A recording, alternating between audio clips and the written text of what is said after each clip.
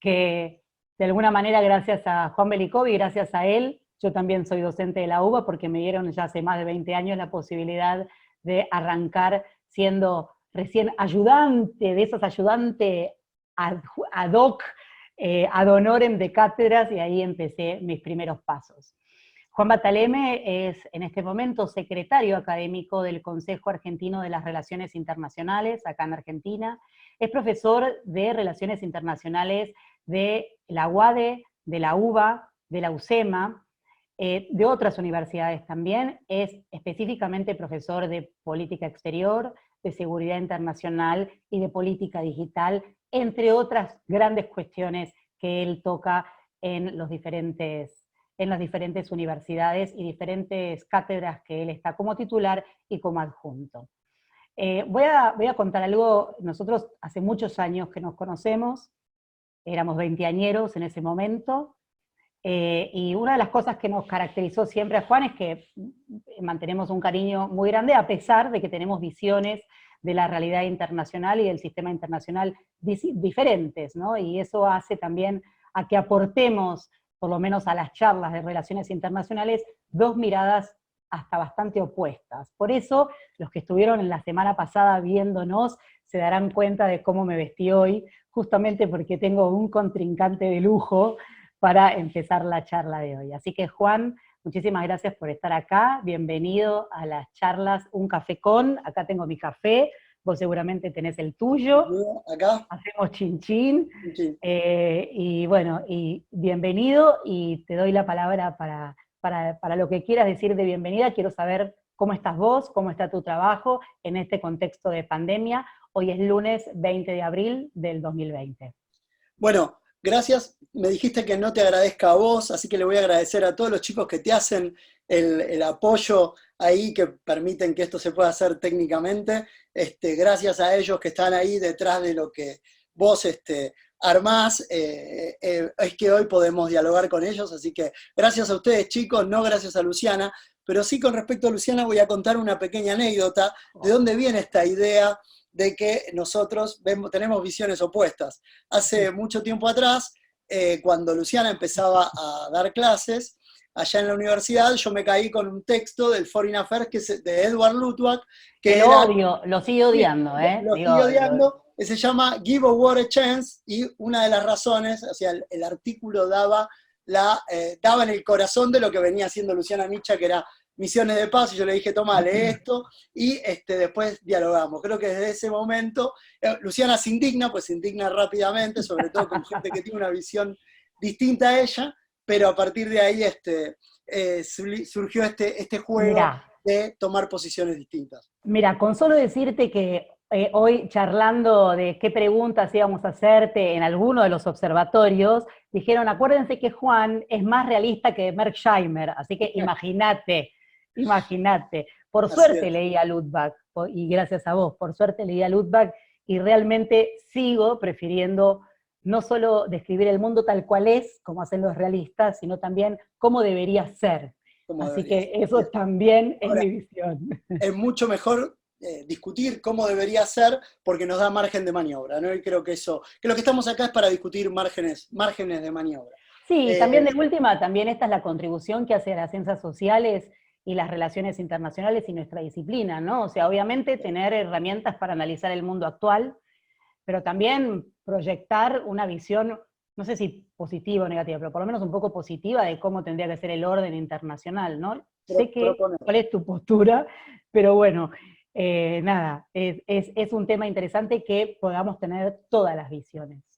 Proponer.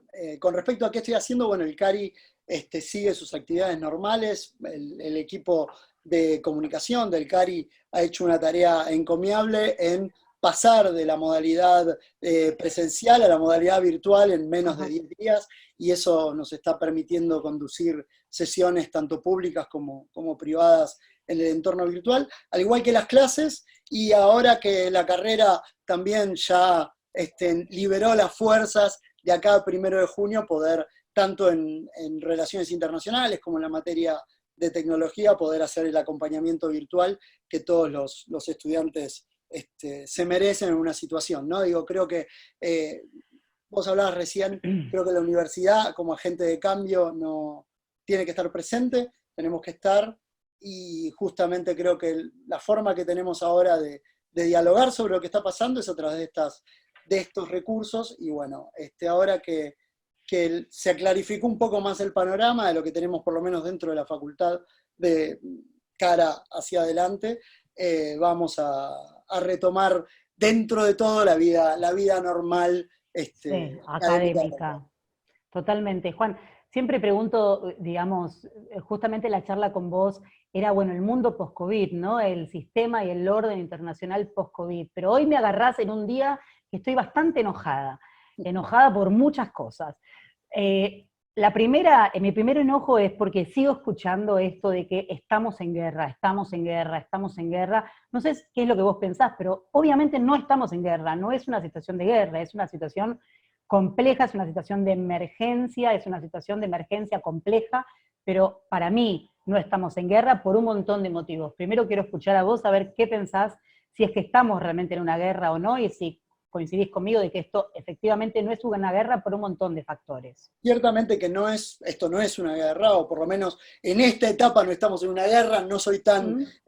soy un poco más pesimista, si vos querés, a futuro, por lo que había escrito hace poquito, tengo alguna duda al respecto, pero creo que la imagen, nosotros recurrimos a la imagen de la guerra de manera muy común por dos grandes razones. Primero, porque es una situación límite, y creo ahí hay varios autores que explican muy bien por qué la imagen de la guerra es muy importante. Primero, porque captura la atención de la sociedad, y el primero en usar la idea de guerra fue Emmanuel Macron. Lo tomó, lo marcó. Bueno, nosotros somos una situación de guerra, ¿no? Una situación similar a la guerra. Y si no fue el primero del cual nosotros tuvimos contacto. Pero la clave acá es que pensar en términos de conflicto, justamente, conflicto sobre todo frente a un enemigo invisible, lo que nos permite es, lo que le permite a los estados, porque en este momento estamos hablando de un regreso del Estado, es hacer dos grandes cuestiones, es movilizar recursos y aunar esfuerzos. Entonces, la imagen de la guerra, ciertamente, que si vos la analizás con los parámetros de la ciencia política, no nos va a alcanzar, pero sí políticamente cobra sentido desde el punto de vista de que enfrentamos una tragedia importante desde el punto de vista humano y un desafío desde el punto de vista societal. Creo que no me resulta tan interesante discutir si estamos en guerra o no, creo que no, como vos decís. Creo que lo vamos a seguir viendo mientras esto dure, la imagen de la guerra, pero me parece mucho más interesante y mucho más provocador pensar esta idea de que vamos a un mundo totalmente diferente, ¿no? ¿Sí? ¿Pensás eso realmente, que estamos yendo a un mundo totalmente diferente?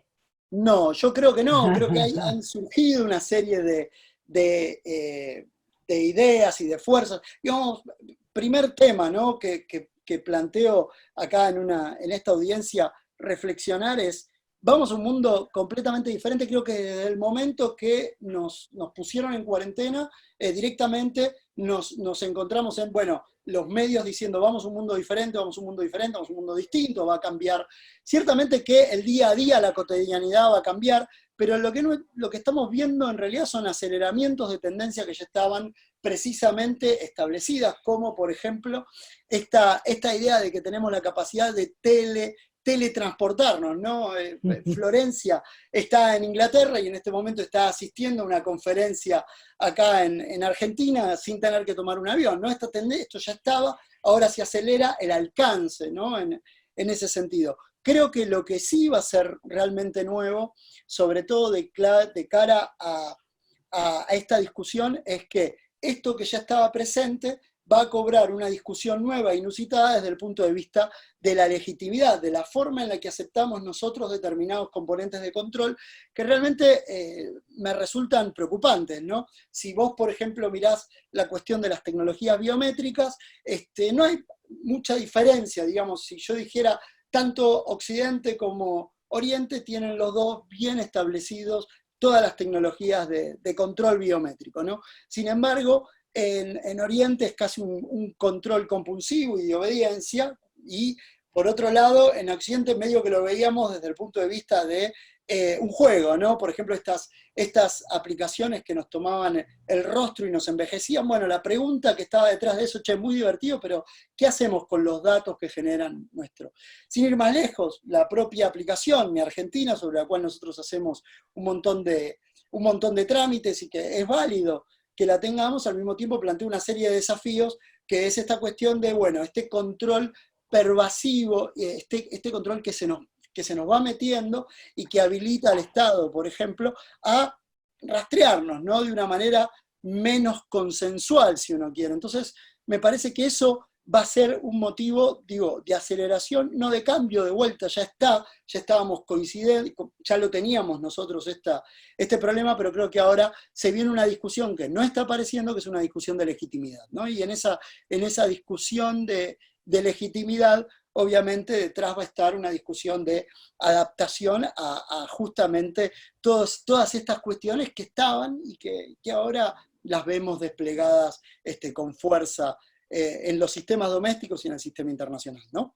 Igual si coincidís, creo que esta pandemia, que obviamente afecta globalmente, va a traer algunos cambios y va a traer aceleración, como vos bien decís, en tendencias que ya existían, como la cercanía, como la aplicación,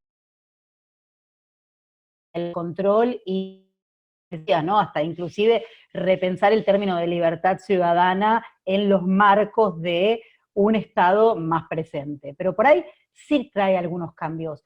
Sobre el tema de la estructura del sistema internacional, ¿pensás que podría haber algún cambio? A ver, nosotros estamos hablando de siempre los ganadores de la Segunda Guerra Mundial como todavía los factores centrales. Vos que sos realista más que Merkheimer, podés decir, bueno, a ver, el sistema internacional sí o sí, los actores principales son los estados, ¿sí? Y son los estados que en este momento ganaron la guerra, o la Unión Europea, o la inminencia de Japón y Alemania, que por una cuestión económica también rigen en el sistema internacional.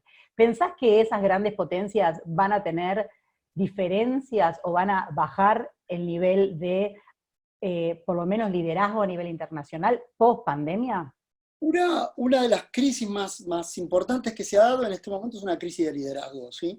Vos para liderar necesitas recursos materiales y necesitas, además del recurso material, necesitas en esencia dos cuestiones, que te sigan, ¿sí?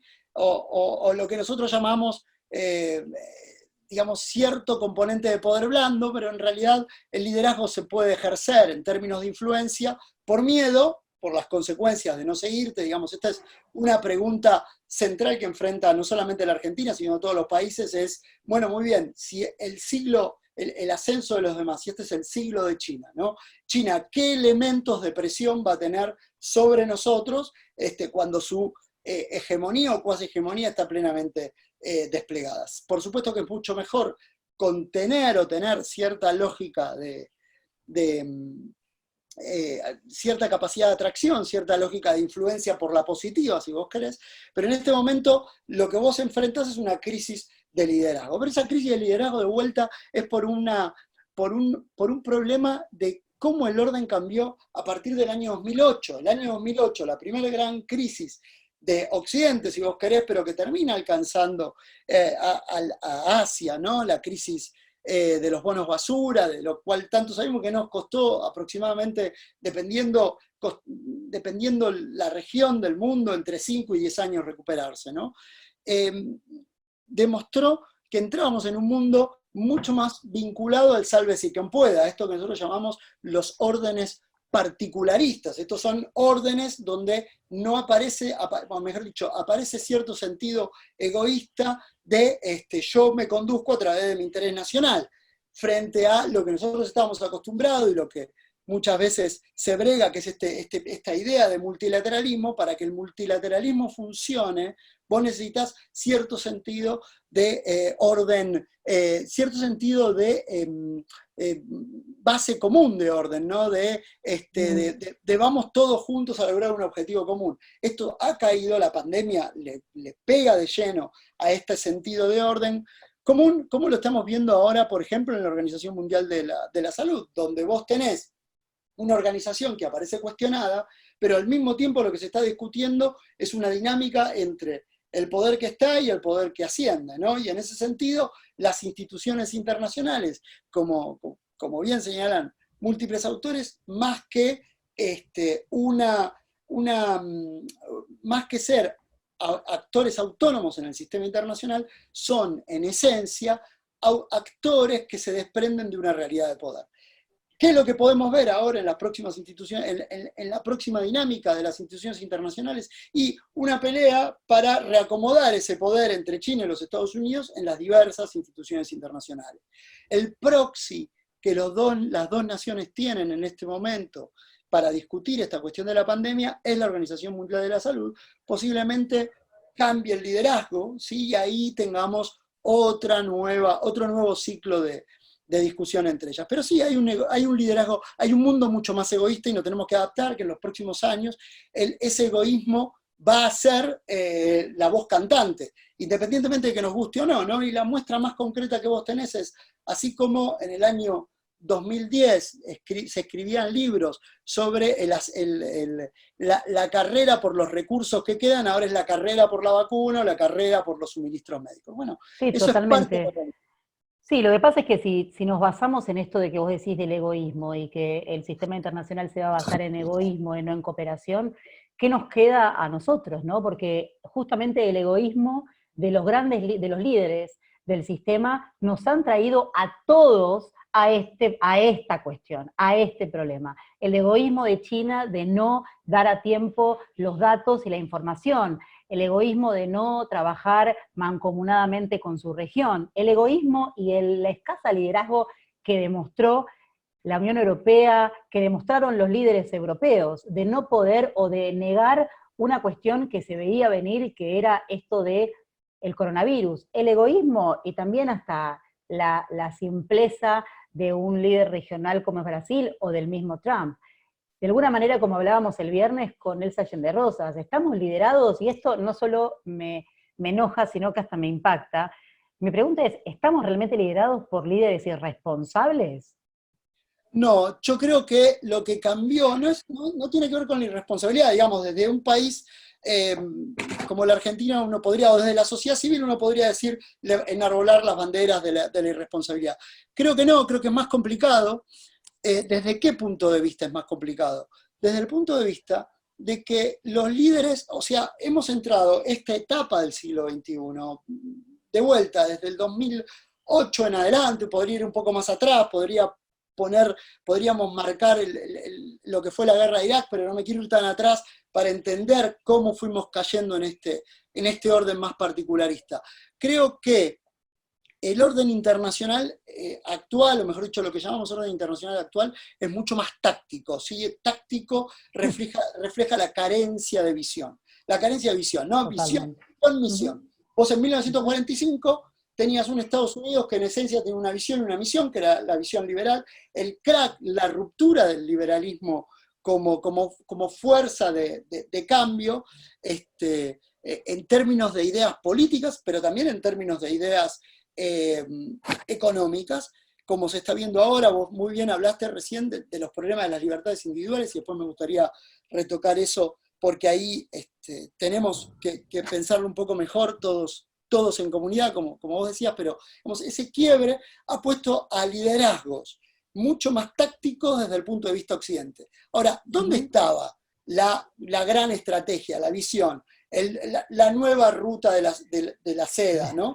Estaba en Asia, los estrategas estaban en Asia. Digo, Shinzo Abe, con su iniciativa de el Free and Open Indo-Pacific, como una iniciativa para balancear, si se quiere, la ruta de la seda que proponía China, te mostraba desde una lógica muy material, muy marcada, tal vez con menos valores, pero sí material marcada, dónde pasaban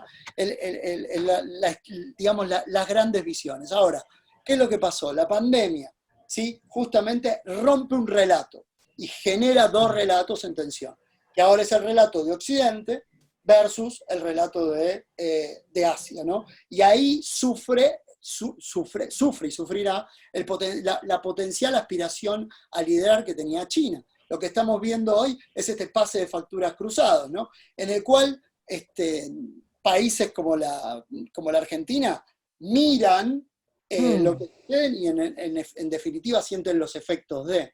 El tema Sí, es que hay que tener mucho cuidado. quedar atrapados nosotros entre el fuego cruzado entre China y Estados Unidos nos pone en una situación de desequilibrio sanitario, de defensa, de todo, psicológico, con crisis absolutamente en todos lados, ¿no? Entonces es también quienes están generando un sistema un poquito más ordenado que este sistema egoísta de Estado contra Estado.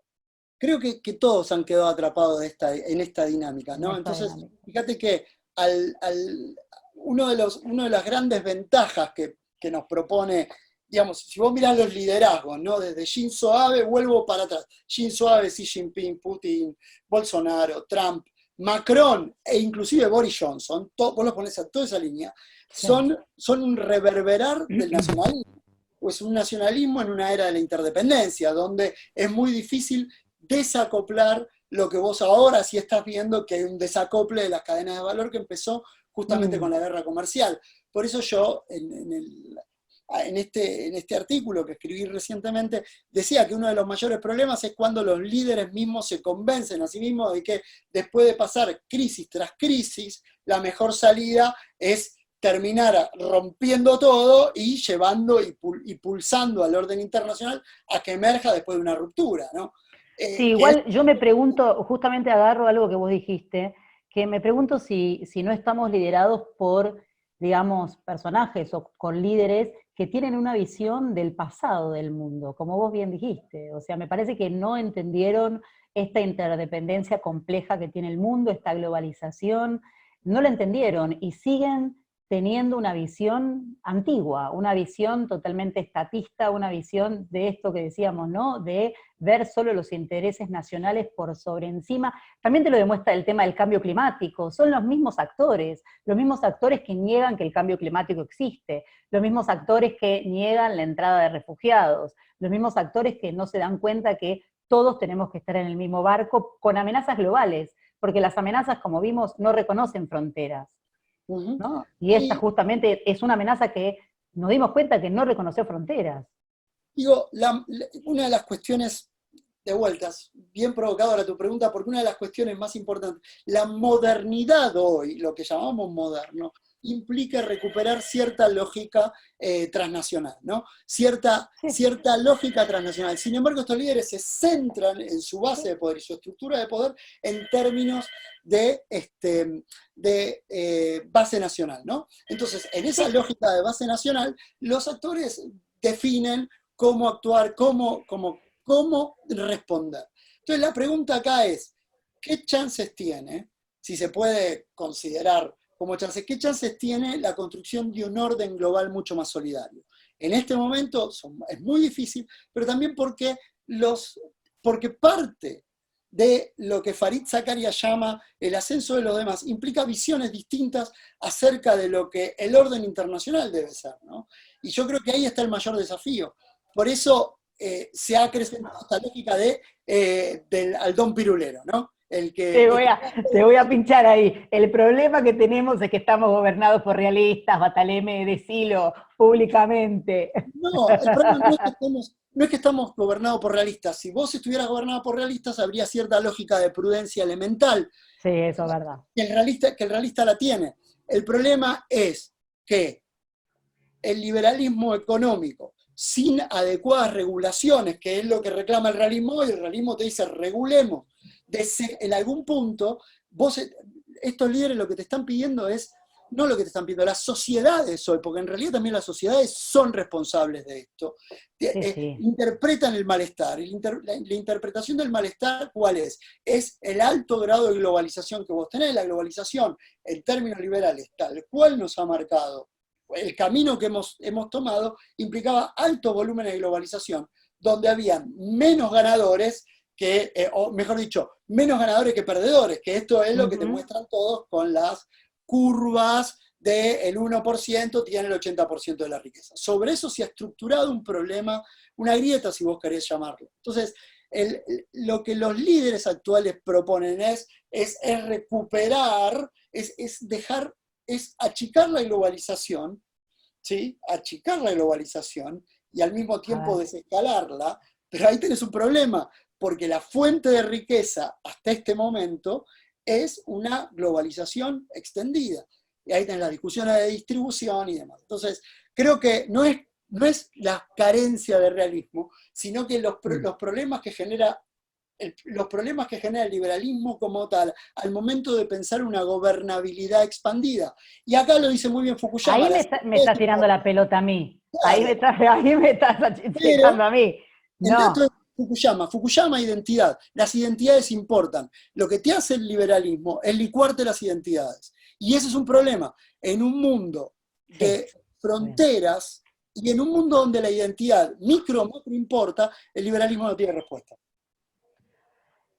¿Y cómo crees que esta situación va a generar un debate en torno a la globalización que quizás va a tener condimentos diferentes? ¿Cómo crees que este debate va a generar un debate mismo sobre la globalización? Yo creo que ya está planteado.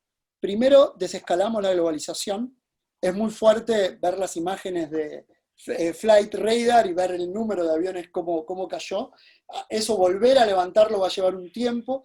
Creo que va a haber una discusión sobre, que en realidad, de vuelta, no es que es algo nuevo, ya estaba la discusión sobre la movilidad de las personas. Nos gusta que fluyan los bienes, nos gusta que fluya el capital, nos gusta que fluya, pero no nos gusta que fluyan las personas. ¿Sí? En ese aspecto, la globalización va a enfrentar un desescalamiento. Hay menos espacio para que fluyan las personas.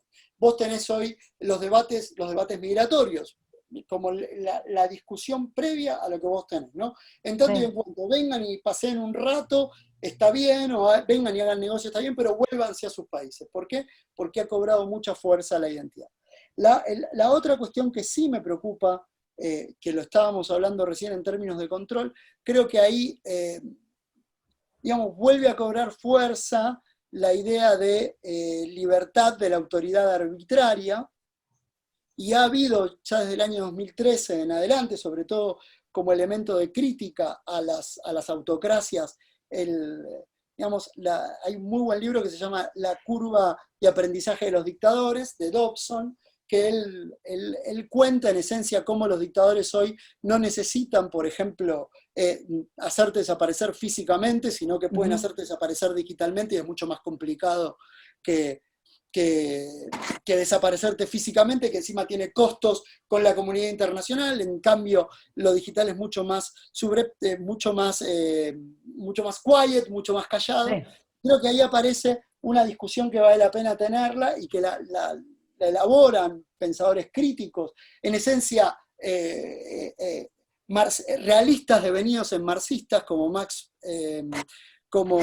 Kenneth Booth, que hablan de la lógica de la emancipación, ¿no? Hasta qué punto nosotros vamos a quedar presos de estas tecnologías en tanto y en cuanto terminen para encuadrarnos, limitarnos, ¿no? Y ahí hay toda una corriente de discusión que empieza con Zuboff, que sigue con Booth, y que nos van a plantear en algún punto cierta lógica de emancipación, y que el temor de la pandemia, toda lógica de dominación parte por lógicas de temor, y en esa lógica de temor quedemos presos y perdamos imperceptiblemente libertades. No creo que esta discusión de la libertad es importante volver a mirarla.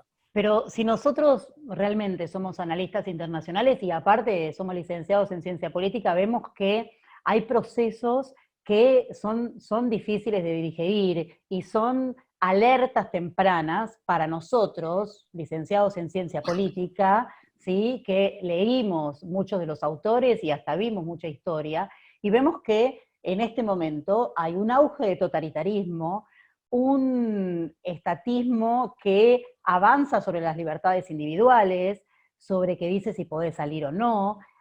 Hay un aumento de la xenofobia, rechazo al extranjero, y hay muchas muertes. O sea, tampoco quiero dejarlo. A ver, la mitad de la población del mundo está en este momento en cuarentena. La mitad de la población del mundo. Más de 200.000 personas fallecidas por esta situación. Yo realmente creo, mira, después del Holocausto, Rafael Lemkin hablaba de que hay un crimen sin nombre, porque genocidio, solo Lemkin pudo decir, inventar una palabra nueva como el genocidio. Esto obviamente no es un genocidio, pues no sigue los patrones del genocidio, pero sí estamos en presencia de un crimen sin nombre. Y acá hay alguien en el futuro que va a tener que responder sobre esto, no sobre solo las muertes, sino sobre el colapso financiero mundial, sobre el colapso del reales, sobre la implosión de algunos regionalismos, como vemos ahora, sobre también el auge por ahí de los totalitarismos. Con solo releer a Arendt podemos ver que son procesos, y estos procesos los tenemos vigentes. Si nosotros vemos los procesos de construcción de situaciones de genocidio, podemos ver que son procesos y que tenemos alertas tempranas. Y una de las alertas tempranas es ver al otro como enemigo, ver al extranjero como enemigo, apoyar a gobiernos totalitarios, y es todo lo que está pasando ahora. Entonces, quizás nosotros tenemos que empezar digo nosotros como cientistas políticos, levantar la voz y decir, muchachos, acá hay algo que lo estamos viendo y no lo podemos dejar pasar. No sé qué crees en este sentido. A ver, dos cuestiones como para ordenar mi respuesta. O sea, hay Sí. mucha reflexión y me obligás a fraccionar la respuesta. En primer lugar, creo que ya entramos en la discusión de las responsabilidades. La pregunta es que la discusión de las responsabilidades tiene dos aristas. Es, digamos, esto fue accidental o fue deliberado o fue una consecuencia no deseada de un proceso mal trabado. Esa es una arista de discusión. La otra arista de discusión es por qué no actuamos antes nosotros, ¿no? Entonces, esto va a ser fuente de tensiones, va a ser más en un contexto electoral como el norteamericano. Creo que esto va a ser usado. Primer dato, ¿no? Segundo dato, la reacción de nosotros en cuál es el mejor modelo para enfrentar una situación de pandemia. Digo, los modelos de control social funcionan bien en sociedades que tienen un set de valores distinto a los occidentales. La respuesta que vos viste en Italia, en España, fue en función del problema en sí mismo. La pregunta es, ¿qué pasa a futuro? ¿No? O sea, no podemos negar que la medida es efectiva, pero al mismo tiempo abre la discusión a, che, ¿y esto vino para quedarse o se desarticula? Ahí creo que las sociedades tienen componentes de resistencia en el sentido de, no, hasta acá entregué ciertas libertades, ¿no? Sin ir más lejos, inclusive en sociedades autocráticas hay cierta capacidad para utilizar la tecnología para defenderse de la autocracia. Hace poquito salió un libro que se llama, de vuelta, que tributa sobre la idea de que las tecnologías están en esencia dándole poder a la gente, ¿no? Entonces creo que ahí hay un foco interesante y que va a dar mucha tela para cortar. Y con respecto a todo esto que me señalabas, con respecto a la idea de que vayan a chocar, digamos, de cómo se resuelva la discusión de los grandes poderes enfrentados en sí mismos. Yo citaba hace poco a Allison y el libro Destinado a la Guerra, ¿no? Destinado a la Guerra, cuento un poco el contexto de ese libro por una razón, por un paper que acaba de salir del mismo Allison. Destinado a la Guerra es parte de un proyecto que se llama Project on Great, proyecto sobre la guerra entre grandes poderes, ¿no? Es avisorar si el próximo ciclo es un choque entre los Estados Unidos y China. Bueno, hoy ese mismo proyecto acaba de sacar un paper sobre si Washington, ¿sí? dentro del Belfer Center, sobre si Washington calculó mal el impacto que iba a tener el coronavirus. Entonces, fíjate que hay actores domésticos que están tratando de traccionar la discusión en el plano doméstico, porque llevarla al plano internacional, por supuesto que va a tener rispideces como la que hoy señalaba una autoridad de la República Popular de China, que señalaba de que nadie le pidió a los Estados Unidos que pague el daño que generó la crisis del 2008. Entonces, Claro. sería muy injusto pedirle a ellos, ¿no? Entonces, tenés detrás una olla a presión que viene de la situación de la guerra comercial entre China y los Estados Unidos, que se había logrado, que le agrega un factor,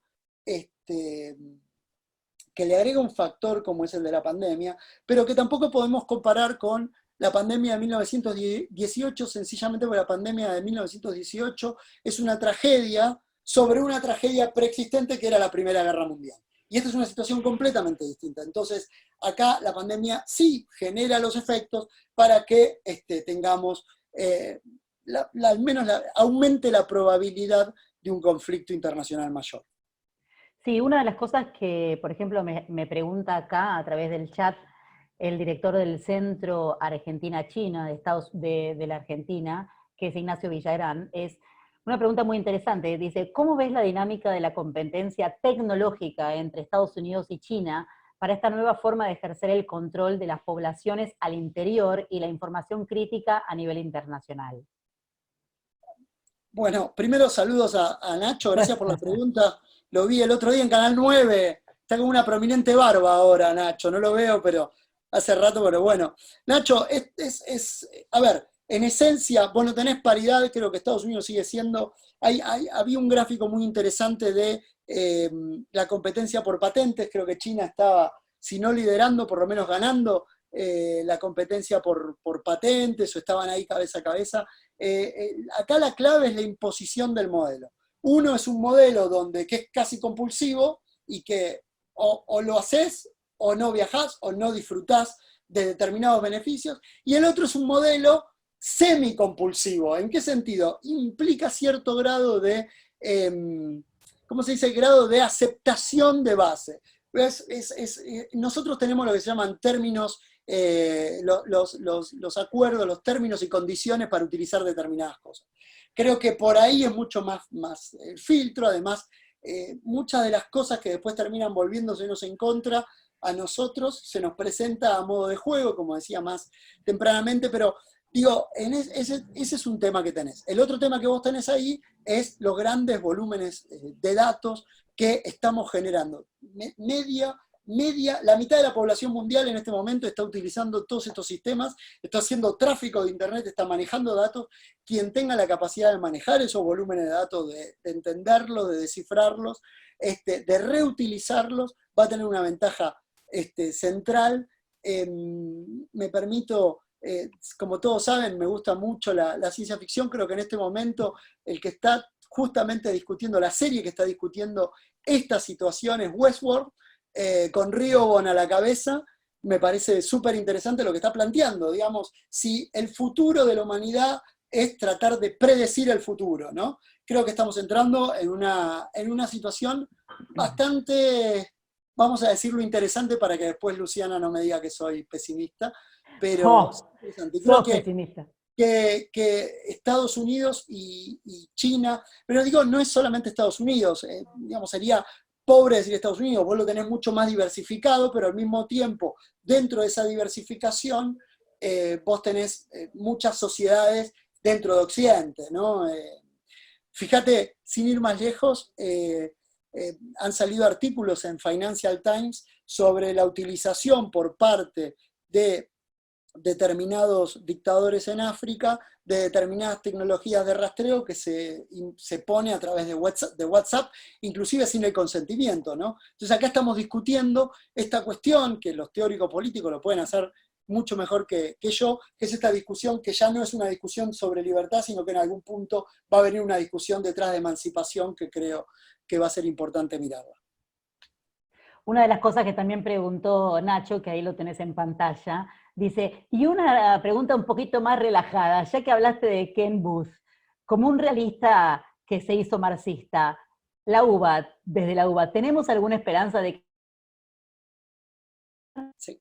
Se cortó, justo vino la censura. Vino la censura. Hablando de ese autor que transitó desde ser un realista hacia un marxista, desde la UBA, ¿tenemos esa posibilidad de que vos transites en el futuro el mismo camino? No, pero por una razón esencial, que el tópico profesional, él lo llevó en sus reflexiones, toda la escuela de Aberwit. Ojo, los marxistas son grandes realistas, sin ir más lejos. Cox dice, yo también tributo dentro de la... pero no es que no me interese, me preocupa más mirar la dimensión estructural de la política internacional y dejo a gente como vos que... A lo material. Sin embargo, es importante conocerlo, porque sí. te permite al mismo tiempo ver ese correlato donde vos también ves poder, porque acá la discusión es una discusión de poder, ¿eh? Pero no en mi caso. Voy a seguir siendo merjaimeriano. Bueno, pero te voy a preguntar algo desde el lado del liberalismo. Nosotros estábamos en un sistema y un orden internacional donde existían estados como actores, a veces diferentes principales o no, existen organismos internacionales y foros internacionales como el G7, el G20, que expresan de alguna manera desde los estados algún tipo de cooperación internacional. ¿Crees que el sistema internacional post-COVID va a estar, opción A, más liderado por los estados, opción B, va a tener más preponderancia los organismos internacionales, opción C, más preponderancia los foros internacionales de cooperación como el G7 o el G20? Opción D, va a ser un mix. Ok, bien. Estados y muchos actores privados que están teniendo un rol central. Digo, Trump cortó el financiamiento a la OMS, que creo que, digamos, en este mundo CDC mata a OMS, ¿no? Trump corta eso, y viene Bill Gates y dice, toma, acá yo soy un hijo directo de la globalización tecnológica, yo te cubro. Eso demuestra las vulnerabilidades de las instituciones internacionales. ¿Pero por qué digo las vulnerabilidades? Porque creamos las instituciones internacionales con el fin de coordinar. Todos se olvidan, sobre todo los liberales, se olvidan de que vos creás instituciones internacionales para coordinar y después cooperar. ¿Por qué falla la OMS? Porque se olvida del rol de coordinación. Sin coordinación no hay cooperación posible, ¿no? Entonces, ahí aparecen los actores no estatales, como las grandes corporaciones, que tienen intereses vested, ¿no? Estos tienen intereses agregados en el sistema internacional para cubrir ese bache. Creo que vamos a ver mucho más de eso. Creo que uno de los grandes vencedores son las empresas de tecnología. Creo que esas empresas de tecnología nos van a tener que brindar, van a ser el gran sostén de lo que sea la transformación que sigue. Por ejemplo, ya nadie discute cuál va a ser el paso. Fíjense ustedes, todos sabemos que ineludiblemente vamos a tener que entrar en el mundo 5G. Y eso va a generar una pelea política. Pero el ingreso al mundo 5G se va a dar del lado de las compañías. ¿Sí? Va a ser AT&T, va a ser Huawei, va a ser, no sé, Samsung, en el caso de Corea, que ya se ha probado mucho más avanzado que el propio China, digamos, en ese aspecto.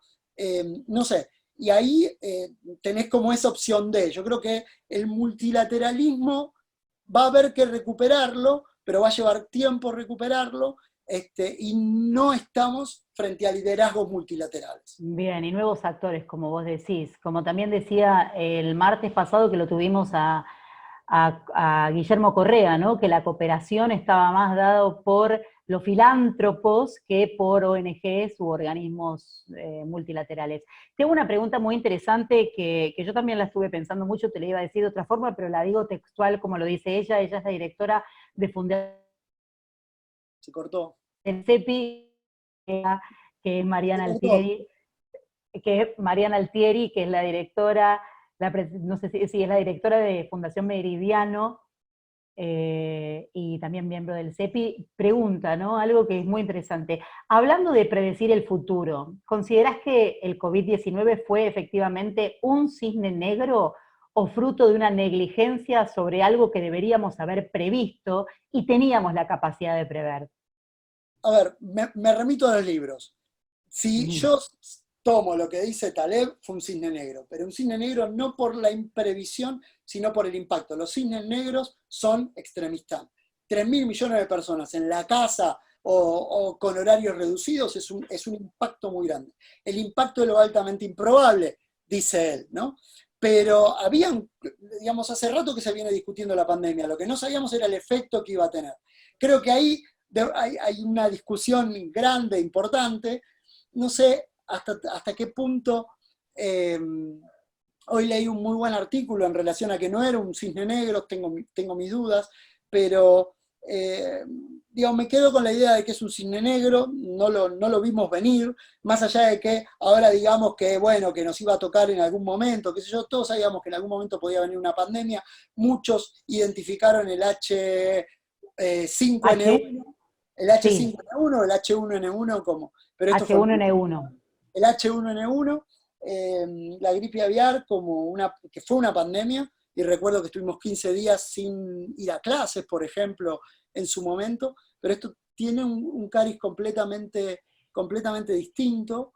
Eh, Ujú. Creo que fíjate vos, entre el H1N1 y ahora, en esos años, todas estas tecnologías se perfilaron mucho más rápidamente penetraron. Se alcanzaron anchos de banda mejores y todo eso. Todo, si esto hubiera pasado hace nada menos que 5 años atrás, creo que hubiéramos tenido una disrupción mucho mayor de la que efectivamente tenemos, como por ejemplo la que tenemos, la que tenemos hoy. Ahora, esto me lleva a pensar, ¿no? Una de las cuestiones que se va a acelerar, todo lo que tenga que ver con la incorporación de robots en aquellas empresas que tengan la capacidad de economía de escala, porque al fin y al cabo el trabajo humano no lo vas a tener que tener en cuarentena, entonces por lo tanto el robot puede ser que no te disrumpa, no te genere las disrupciones en el valor que generan las empresas, como si te lo genera el hecho de que tengas a seres humanos trabajando. Entonces, todas estas discusiones malas que estemos preparados porque viene detrás de, o sea, la pandemia abre un montón de discusiones que va a demandar mucha sapiencia como la que hay ahí en el CEPI, entre los que están escuchando y en el resto de la comunidad académica. Ahí te cuento que nosotros tenemos muchísimas preguntas y por eso quiero que tome la palabra la coordinadora del CEPI, Joana Solís, porque me está mandando como una catarata de preguntas que mientras que te escucho a vos y leo las preguntas, prefiero que ella seleccione una pregunta y que te haga la pregunta a ella. Le Lo que te paso pido es que dejes hablar a la gente, que no seas por tan eso, ahí va, ahí va. Primero controladora, déjame hablar Joana a y la gente. después abrimos Adelante, al adelante, público. Bueno, entre las palabras de admiración de los más de 120 participantes y la cantidad de preguntas, no damos abasto en el chat. Así que creo que hay una pregunta que es tendencia, que es el escenario en Estados Unidos para las posibles elecciones de fin de año. Digamos, diferentes preguntas, pero a tu criterio, Dan, esta pandemia le suma o le resta a Trump, la manera de resolver Trump esta pandemia, lo da como ganador o como perdedor en las futuras elecciones de noviembre. Me parece que es pregunta que se repitió muchas veces hoy. Digamos, si acierto voy a ser un genio, si pierdo, pero voy a poner un punto medio. Digamos, Trump tenía, a enero de este año, a febrero de este año, Trump tenía todas las de ganar, ¿sí? El tema fue que esto le cambió a Trump el escenario. En primer lugar, porque tiene 10 millones de personas en situación de paro, digamos, 10 millones que pidieron la situación de paro en una población, no sé si económicamente activa, de cerca de 250 millones de personas. Ahí pido disculpas por no tener el dato específico, y ciertamente que esto va a tener un costo en el PBI norteamericano y pone al modelo ya no es hacer América grande nuevamente, sino como decía Trump en campaña, continuar haciendo América grande, ¿no? Creo que esto le pega de lleno, pero no, es muy hábil y utiliza todas las capacidades que tiene en términos de reserva, el paquete de ayuda que se lo termina peleando Nancy Pelosi, lo gesta él, lo crea él y pasan de $1.200 a $2.000, creo que es muy hábil en ese aspecto. Acá la pregunta es si Biden va a ser lo suficientemente inteligente para endilgarle a él las 30.000 muertes. Recordemos que el 11 de septiembre tuvo 3.000 muertos y como consecuencia de eso generó la guerra de Afganistán y generó la guerra de Irak. acá tenemos 30.000 muertos o 37, ya no recuerdo, perdí la cuenta, pero cerca de 30.000 muertos por la enfermedad, y Trump ya, digamos, Trump antes de tener los 30.000 muertos decía, señores, esto es el virus chino, ¿sí? Bill Maher, que es uno de los anti-establishment y anti-Trump norteamericanos más fuertes que hay, salió a decir de que al virus hay que llamarlo por lo que es un virus que es oriundo de China. Entonces, si Trump logra capitalizar eso, y además uno le agrega que en cierto sentido la base de apoyo de Trump es hoy la que presenta la principal resistencia a la cuarentena. Digamos, suponemos que la cuarentena salva vida, pero ya la misma base de apoyo de Trump dice cortemos con la cuarentena, siendo que Trump aparece como diciendo, bueno, trato de salir de la cuarentena, pero vamos a salir siguiendo algún protocolo y demás.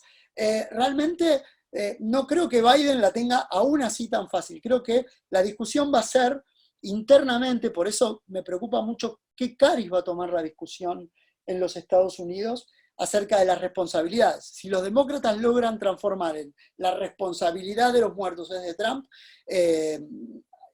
tenemos un escenario. Si la responsabilidad viene de afuera, el escenario puede ser completamente distinto. Gracias, Juan. Ahora le quiero pasar la palabra al coordinador del Observatorio de Seguridad y Defensa. No sé qué, alguien está tocando. Permitieron que alguien toque. Bueno, ok, ahí Damián Gariglio, si querés hacer alguna pregunta específicamente desde los casi 25 miembros que tenemos del Observatorio de Seguridad y Defensa, te pasamos la palabra. Sí, para que no te vuelvas marxista, Juan, mi pregunta es bien realista. Así que uno de los principios del realismo ofensivo es que los estados siempre esperan el peor escenario posible. ¿Por qué pareciera ser que a Estados Unidos siempre lo toma por sorpresa el peor escenario posible, ya sea con una pandemia o un atentado terrorista como el 11 de septiembre? A ver, más que, digamos, no es tanto esperar el escenario. Vos tenés ahí un debate entre posibilidad y probabilidad, ¿no? Creo que Estados Unidos siempre ha tenido la capacidad de ser hábil en mostrar cierto grado de sorpresa, ¿no? El 11 de septiembre significó una sorpresa estratégica, pero cuando vos lo mirás para atrás, vos decís, che, esto estaba previsto, etc. Creo que lo más importante que señala el realismo ofensivo en ese caso es el hecho de que los estados actúan según la oportunidad que se les presenta en el sistema internacional producto del cambio en la distribución de poder, ¿sí?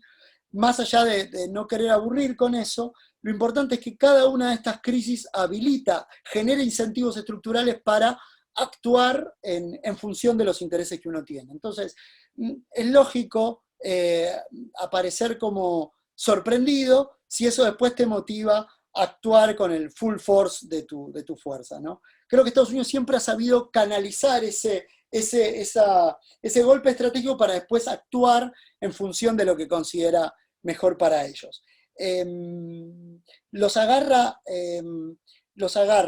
desprevenidos?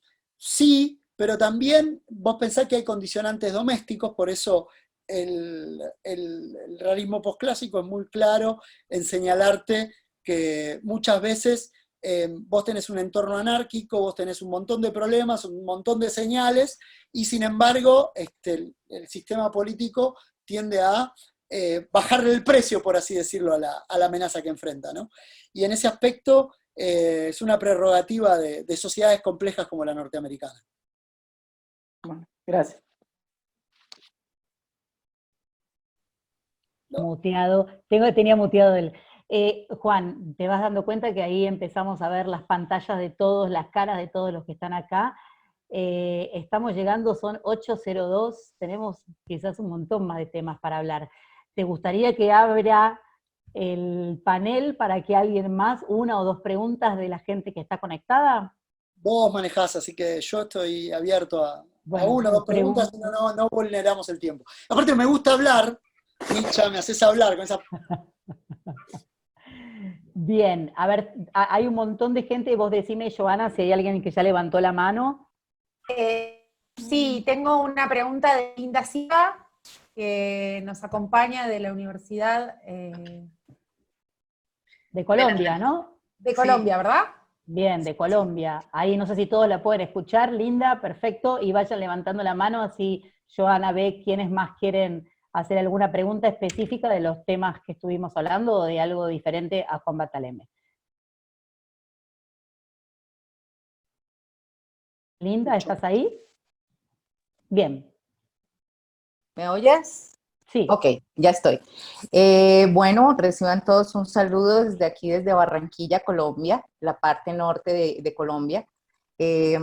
Bueno, mi pregunta radica en que no podemos subestimar países y sistemas políticos como por ejemplo la de Emiratos Árabes, quien en este momento, antes de que empezara la pandemia, tenía un protagonismo económico interesante en el mundo. Entonces, la pregunta es si es posible que de algún modo, no solamente ellos, alguna de las potencias económicas que de pronto se han mantenido en silencio pueda aprovechar precisamente esas grietas políticas, esas grietas de liderazgo de los países y puedan aprovechar esta oportunidad para poder obtener un papel protagónico para la solución de la crisis. Sí, creo que sí. Por ejemplo, en la búsqueda de una... Bueno, primero, buenas tardes, gracias por la pregunta. Creo que esa cosa de querer responder rápido, creo que sí, pero ahí tenés tenés el clásico dilema en relaciones internacionales. Yo, digamos, tal vez por formación, eh, pongo siempre el énfasis en las capacidades materiales que tienen, ¿no? Emiratos Árabes tiene capacidades materiales, Israel tiene capacidades materiales, Corea del Sur tiene capacidades materiales, y todos han mostrado una capacidad para enfrentar la crisis de distinta manera. Lo que por ahora no vemos, o lo que es difícil de ver, lo que no quiere decir que no pueda emerger próximamente, es un grado de coordinación mayor entre actores que llamaríamos secundarios en el sistema internacional, pero por ahora, digamos, no lo veo, y además esta cosa centrípeta, ¿no? Los grandes poderes tienden a absorber gran parte de la energía del sistema internacional, sobre todo en periodos digamos, de transición. Yo ya no sé si estoy en un periodo de transición o no, estoy un poco perdido ahí con esas discusiones, pero sí, digo, es posible pensar que la solución venga de abajo del sistema internacional. El tema es que a la larga, para que tenga el impacto, va a necesitar de algún enroque con los grandes poderes. Digo, sí, no estoy seguro cómo. Bien, muchísimas gracias, Juan. No sé si alguien más quiere hacer alguna pregunta. Tengo una pregunta hace un rato. Para cerrar, Nadia Porcel Roldán me levantó la mano y me la pregunta hace un rato. ¿Se me escucha? Sí. Ah, ¿qué tal? Genial. Hola, ¿qué tal? ¿Qué tal? Bueno, primero que nada, mil gracias por este Zoom, por disponerse a esto. Y sí, tengo una pregunta. Teniendo en cuenta que en los últimos días Italia, por una especie de reacción, por ponerlo en palabras, amenazó con la salida de la Unión Europea, a lo que después salieron a pedir disculpas y demás. Querías preguntarle a Bartolomé si es factible, si cree que no es factible, y qué impacto puede llegar a tener esto, teniendo en cuenta que ya sería la segunda salida de la Unión Europea, ¿no? Sí, bueno, primero, la reacción, digamos, si uno va al Brexit, el Brexit es producto de un gran error, ¿no? Hay un muy buen libro que habla del Brexit, que es All Out War, que es un gran libro sobre el cual va a ser una película muy piola que están dando ahora por un canal de estos de cable. Si yo considero Brexit como un error, pero como un error con consecuencias fatídicas, porque en definitiva Cameron se somete a un plebiscito y ese plebiscito le sale mal a Cameron y termina empujando todo un proceso de cambio que después los propios británicos terminaron en su propia agua, dividido, con una consecuencia que no tengo muy en claro cómo va a pegar dentro del propio Reino Unido todo la pospandemia, ¿no? es algo para mirar con atención. En Italia, obviamente, fue una reacción, y empezaron a romper banderas de la Unión Europea, porque todos están discutiendo, no solamente Italia, todos están discutiendo la poca capacidad de reacción para la pandemia por parte de Bruselas. Si ya había un malestar en Bruselas, esto se lo agrega. Ahí la pregunta te la da Hungría, y es qué cantidad de nuevos líderes políticos van a emerger en el contexto europeo solicitando terminar con el proyecto europeo. Vamos, Marine Le Pen, en España lo tenés con Marine Le Pen, bien digo, en Italia lo tenés con el proyecto de el primer ministro de Italia, lo tenés en Europa del Este, ciertamente, que se ve mucho más identificado con Washington que con Bruselas. Entonces, en los próximos ciclos electorales vamos a tener que prestarle atención a este creciente resentimiento con la Unión Europea, porque en definitiva la Unión Europea no está, porque si hablamos de la solución nacional, ¿no? En definitiva, fíjese qué contradicción. La respuesta, digamos, tenemos una amenaza transnacional o un fenómeno transnacional como el cambio climático, pero estamos hablando al mismo tiempo del resurgimiento del Estado. El resurgimiento del Estado conlleva, guste o no, más Estado conlleva más nacionalismo. ¿Por qué? Porque el Estado es el que tracciona recursos. Recursos para la OMS son menos recursos para el CDC. Recursos para el organismo federal de salud de la Unión Europea son menos recursos para los propios sistemas sanitarios españoles, en la lógica nacional, ¿no? Entonces, si pedimos más Estado viene con menos instituciones, ¿eh? Y ahí los modelos pueden entrar en crisis. Lo cierto y lo más honesto que te puedo decir es que es indeterminado, porque vos estás viendo en este momento el fenómeno, el proceso. Pero, por ejemplo, prestemos atención a qué viabilidad va a tener Schengen post-pandemia. Yo creo que ahí hay una discusión a mirar. Digamos, Schengen ya estaba bajo fuego cuando fue la crisis de los sirios, creo que ahora va a volver a estar mucho más bajo fuego que nunca. Y gracias por la pregunta. Sí, gracias por la pregunta. Juan, creo que tenemos una pregunta más que podemos hacer para no tener mucho más el tiempo. Joana. Le pido disculpas a todas las múltiples manos y preguntas que recibí en los últimos 5 minutos. Paola de Simone, le doy la palabra. Hola, buenas tardes. Hola, Juan. ¿Qué tal? Somos colegas con Juan de la UADE hace muchos, muchos años ya. Y mi pregunta estaba asociada a que lo vengo reflexionando, pensando hace mucho con respecto a la pandemia, asociado con este doble estándar de libertad, ¿no? Hay una idea de la tendencia dando historia de las relaciones internacionales y la tensión entre la libertad y la igualdad que se plantea con la Revolución Francesa en adelante, es que como que en la pandemia y la primera pandemia con redes sociales, porque si bien tuvimos pandemia en la anterior, esta es la primera con redes sociales, o sea que nos enteramos de todo de otra forma, cómo esta tensión termina siendo una discusión donde qué lado pone el foco. Cuando se discute entre economía y salud, o entre más Estado o menos Estado, siempre está asociado con eso. Quería preguntarte en función a eso y agregar si hay una cuestión que el liberalismo, digamos, en época de crisis no termina funcionando, y la crisis del liberalismo es la crisis que después termina siendo la concentración que va en contra exactamente de eso que se dice, ¿no? La intervención del Estado después de la crisis del 30, del 2008 la intervención, y ahora con esta discusión entre esas tensiones. ¿Qué ves? A ver, necesito media hora, pero déjame, porque me encanta. Es algo que yo mismo también estoy tratando de evaluar. Digo, si yo tuviera que tomar, ¿cuándo el liberalismo funcionó bien? El liberalismo funciona bien, digamos, hay un muy buen artículo de The Economist que se llama ¿es conservadurismo o liberalismo? Y en realidad The Economist dice, no, en realidad son las dos fuertes, porque el conservadurismo lo que hace es recortar los peores extremos del liberalismo. El liberalismo es transformacional, ¿sí? Desde el punto de vista de teoría política, es transformacional, es revolucionario.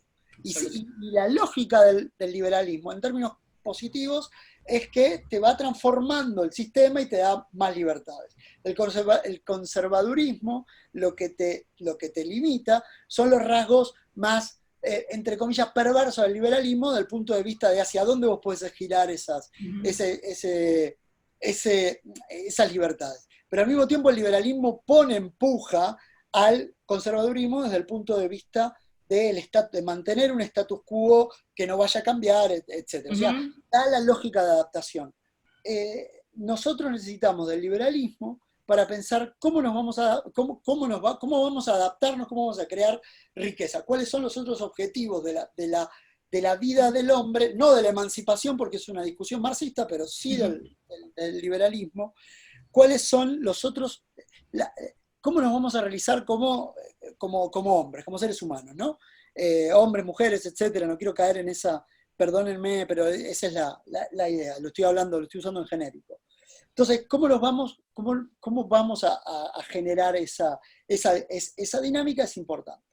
Ahora bien, la pregunta que vos me estás diciendo es, bueno, pero cuidado porque lo que nosotros estamos viendo, ya lo plantea Rothkopf y demás, digamos, el liberalismo implica la capacidad, la libertad y la autonomía de poder realizarme. En situaciones de desigualdad yo no me puedo realizar, entonces esa desigualdad atenta contra el propio liberalismo. Exactamente. En ese punto no es, vamos, el liberalismo tiene que volver a pensarlo, digo, estoy pensándolo en términos de Rawls, y no tanto en términos de Nozick, pero en términos de Rawls por lo menos, y ahí me van a disculpar los teóricos políticos que saben mucho más que yo de eso, pero en términos de Rawls ciertamente que la discusión por la desigualdad del liberalismo la tiene que dar, y no le está dando, y está quedando corto, ¿no? En el sentido.